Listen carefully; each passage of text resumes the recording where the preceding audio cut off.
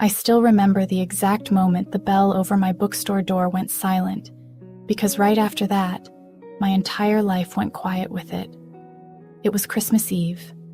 The street outside was glowing with soft white lights, snow drifting down like it had all the time in the world, and I was standing there alone, holding a wrapped gift that wasn't supposed to be opened yet, and the man I loved had already started leaving town.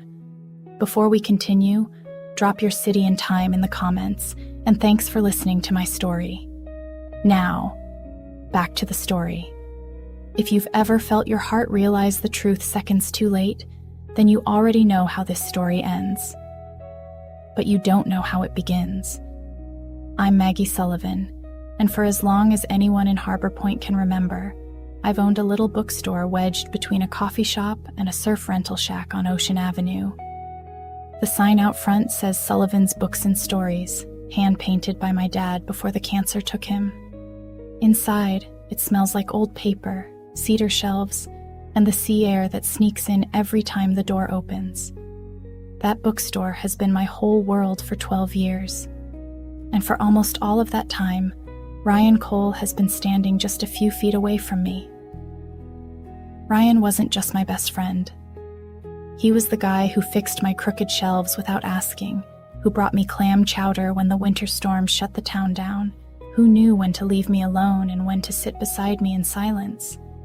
He had this laugh that started low in his chest and spilled out like he couldn't stop it, and eyes that always looked like he was thinking about something deeper than he let on. We met the summer after high school, right on this same street. I was unpacking boxes for the store, struggling with a crate of hardcovers, when he stepped in from the sidewalk and lifted it like it weighed nothing. He smiled and said, "Looks like you could use a hand." And somehow, he never left. Years went by like that. Birthdays celebrated with cheap beer on the beach. Thanksgivings at my mom's table when his own family felt too far away. Long drives down Highway 101 with the windows cracked and music low, talking about everything except the things that mattered most. I told myself friendship was enough, that wanting more would only ruin what we had, that love didn't always need to be spoken to be real, but love doesn't disappear just because you ignore it. It waits. This Christmas felt different from the start. The air was colder than usual, the ocean louder, the town quieter, and Ryan had that look on his face again, the one he got when he was about to change his life without warning anyone first. He told me about the job 3 weeks before Christmas. New York, a design firm, big money, big future. "I leave the morning after Christmas," he said, like he was talking about the weather. I remember nodding, smiling, saying all the right supportive things, while something inside me cracked open. I told him Harbor Point would miss him. I didn't say that I already missed him, standing right there. The week leading up to Christmas Eve passed in a blur of tinsel, receipts, and customers looking for last-minute miracles. Ryan stopped by the store every day like always, but there was a careful distance in him now. He hugged me a little longer, looked at me a little deeper, spoke like he was memorizing me. On Christmas Eve, the town shut down early. Snow started falling just after noon, rare and quiet, turning the harbor into a postcard. By 6, I was alone in the shop, counting the register and humming along to an old Bing Crosby song on the radio. That's when Ryan came in. He didn't say much, just stood there with his hands in his jacket pockets, eyes moving slowly across the shelves like he was saying goodbye to every book. Finally, he set a small wrapped box on the counter. "For you?" he said. "Open it after I leave town." I laughed, because that's what I did when things felt too heavy. "You can't even watch me open my Christmas present?" He smiled, but it didn't reach his eyes. "Trust me," he said softly. "It matters." Then he hugged me. and this time, it felt final. After he walked out, the bell rang once, and then nothing. I locked the door, turned the sign to closed, and stood there staring at the gift. It wasn't fancy. Brown paper, twine, my name written in his messy handwriting. I didn't open it. I promised I wouldn't. Outside, snow piled onto the empty street. Inside, the bookstore felt too quiet. I went home that night and barely slept. Every sound made me think of him driving farther and farther away.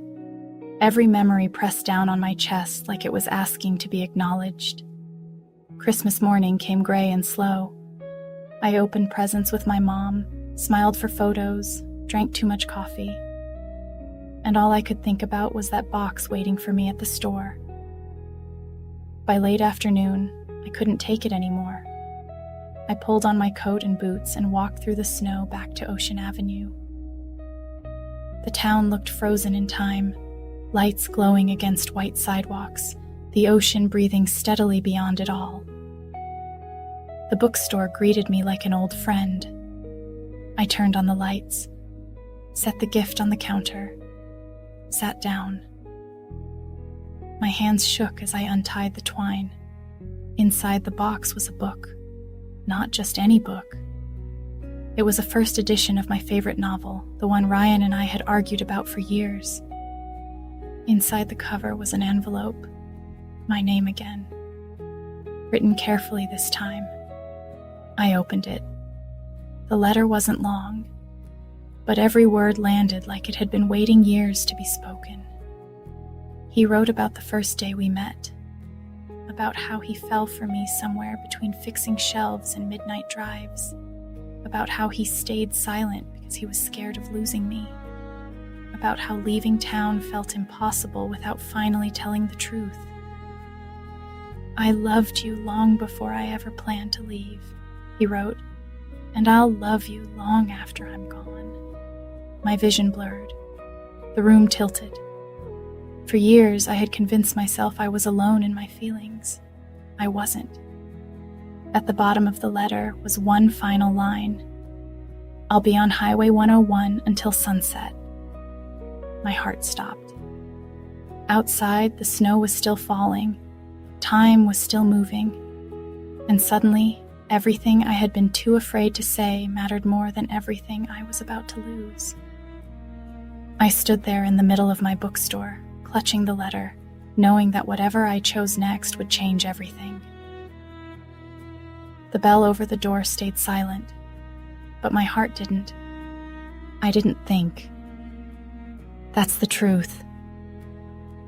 The moment I read that last line, something fierce and unfamiliar took over, like my heart finally stood up after years of sitting quietly in the corner. I grabbed my coat, shoved the letter into my pocket, and ran. The bell over the bookstore door screamed behind me as I burst into the snow. Ocean Avenue was nearly empty, streetlights glowing like witnesses, the world hushed in that sacred Christmas quiet.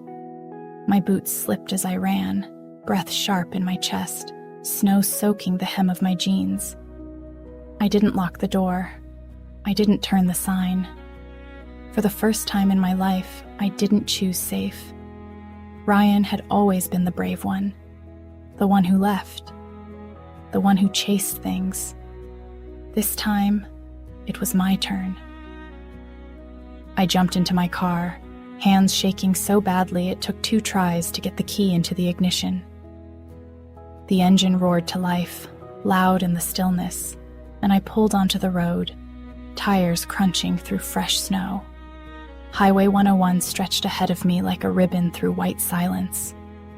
The ocean ran parallel, dark and endless, waves breaking against the rocks with a sound that felt like urgency. I drove faster than I ever had in this town. Every mile marker felt like a countdown. Every red light felt personal. Ryan could already be gone. He could be past the point where turning back made sense. The fear tried to creep in then. The old voice telling me I was too late, too quiet, too careful for a love like this. I pushed it down. Love deserved better than fear. Snow began falling heavier, thick flakes blurring my windshield.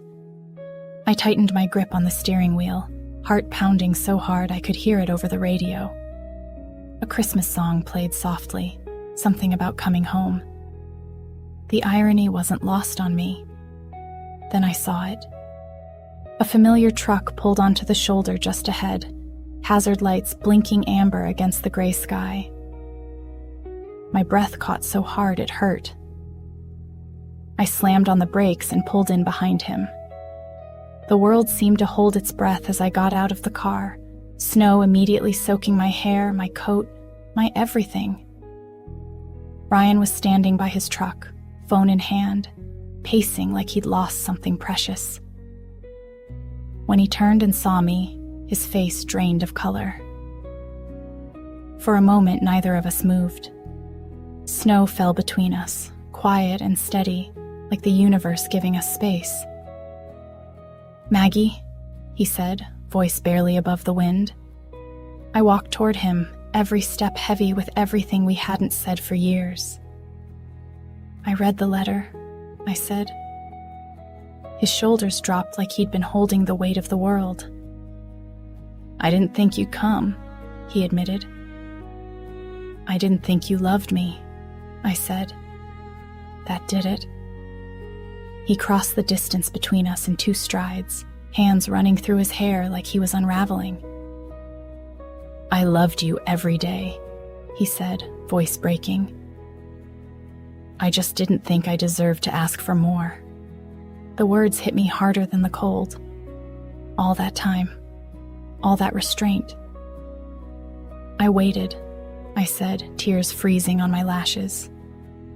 "I told myself friendship was enough because losing you felt worse than never having you at all." He stepped closer. "So why are you here?" I pulled the letter from my pocket, holding it between us. "Because you were wrong," I said. "You didn't leave without telling me. You left me a choice." His breath hitched. "I don't want to let you go," I said, voice shaking but steady. "Not like this. Not without trying." The silence that followed felt endless. The ocean roared. Snow swirled around us. Ryan reached out, hands trembling as they cupped my face. "I was ready to spend my whole life wondering," he said. "I didn't think I'd get this moment."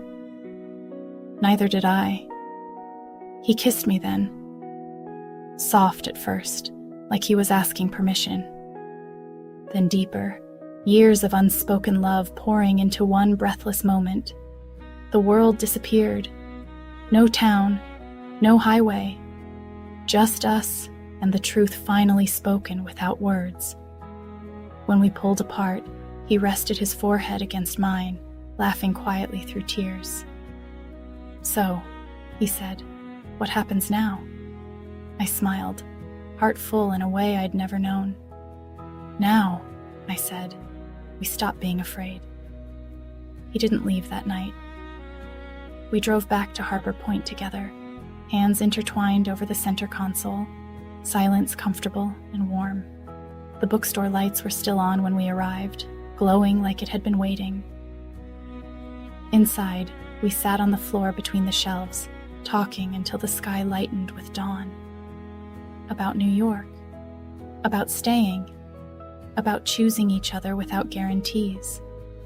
Love didn't solve everything, but it made everything worth facing. Ryan delayed his move, then changed it entirely. Opportunities came and went, but the one thing neither of us let slip again was honesty. Some nights, when the snow falls just right, we sit by the front window of the bookstore, watching the street glow soft and quiet. The gift he left still sits on my shelf, the letter tucked inside, pages worn from rereading, not because I need reminding, but because love, when chosen bravely, deserves to be remembered. And every Christmas Eve, when the bell over the door rings and the snow begins to fall, I smile, because this time he stayed.